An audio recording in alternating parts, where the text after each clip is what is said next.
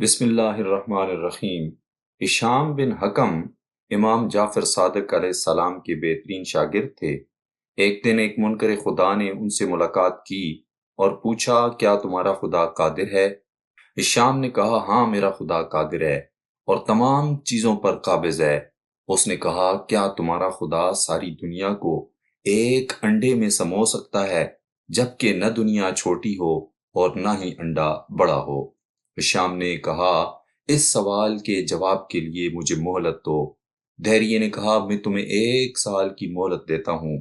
ہشام یہ سوال سن کر سیدھا امام جعفر الصادق رضی اللہ تعالی عنہ کی بارگاہ میں پہنچا اور عرض کی، اے فرزند رسول صلی اللہ تعالی علیہ وسلم، عبداللہ دیسانی دہریے نے مجھ سے ایک سوال کیا جس کے جواب کے لیے صرف اللہ تعالیٰ اور آپ کا سہارا لیا جا سکتا ہے۔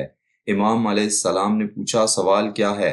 ہشام نے کہا، اس نے کہا کہ کیا تمہارا خدا اس بات پر قادر ہے کہ اس وسیع دنیا کو ایک انڈے کے اندر سمو دے، جبکہ نہ دنیا چھوٹی ہو اور نہ انڈا بڑا ہو؟ امام علیہ السلام نے فرمایا، اے ہشام، تیرے پاس کتنے حواس ہیں؟ ہشام نے کہا، میرے پاس 5 حواس ہیں، سامعہ یعنی سننے کی حس، باصرہ یعنی دیکھنے کی حس، لامسہ یعنی چھونے کی حس، اور شامہ یعنی سونگھنے کی حس۔ امام علیہ السلام نے پوچھا، ان میں سے سب سے چھوٹی حس کون سی ہے؟ ہشام نے کہا، باصرہ۔ امام علیہ السلام نے کہا، کیا تم نے آنکھوں کا ڈھیلا دیکھا ہے؟ وہ کتنا کچھ ہے؟ ہشام نے کہا، ایک چنے کے دانے کے برابر یا اس سے بھی چھوٹا۔ امام نے فرمایا، اے ہشام، ذرا اوپر اور سامنے دیکھ کر بتاؤ کہ تمہیں کیا نظر آ رہا ہے؟ ہشام نے دیکھا اور کہا، زمین، آسمان، گھر، محل، بیاباں، پہاڑ اور نہروں کو دیکھ رہا ہوں۔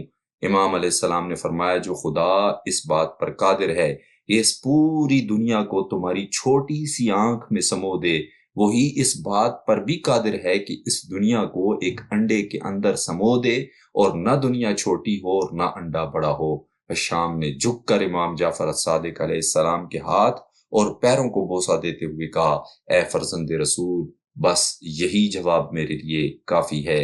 ہشام اپنے گھر آئے اور دوسرے ہی دن عبداللہ دہریہ ہشام کے گھر پہنچا اور کہنے لگا، میں سلام عرض کرنے آیا ہوں، نہ کہ اپنے سوال کے لیے۔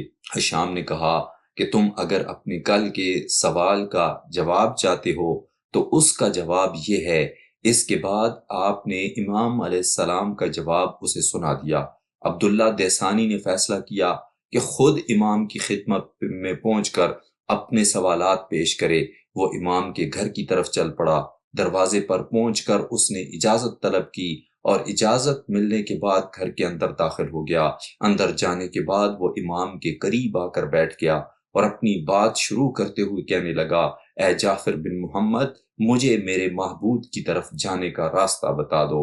امام علیہ السلام نے پوچھا، تمہارا نام کیا ہے؟ عبداللہ یہ سن کر باہر نکل گیا اور اس نے نام نہیں بتایا۔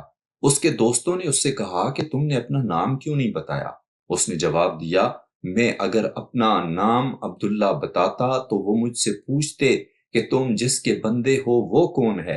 عبداللہ کے دوستوں نے کہا، امام علیہ السلام کے پاس واپس جاؤ اور ان سے کہو کہ آپ مجھے میرے معبود کا پتہ بتائیں اور میرا نام نہ پوچھیں۔ عبداللہ واپس گیا اور جا کر امام علیہ السلام سے عرض کی، مجھے خدا کی طرف ہدایت کریں مگر میرا نام نہ پوچھیں۔ امام علیہ السلام نے ایک طرف اشارہ کرتے ہوئے اس سے فرمایا، وہاں بیٹھ جاؤ۔ عبداللہ بیٹھ گیا۔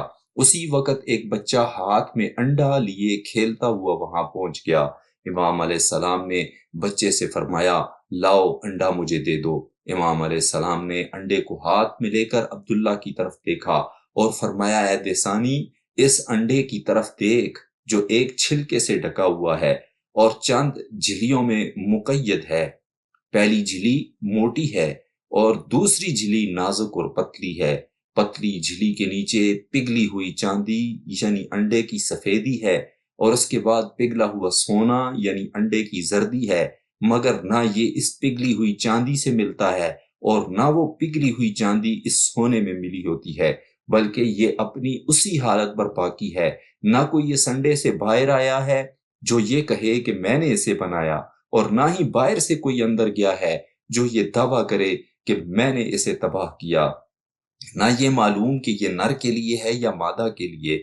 اچانک کچھ مدت کے بعد اس میں سے ایک پرندہ مور کی طرح رنگ برنگ پروں کے ساتھ باہر آتا ہے۔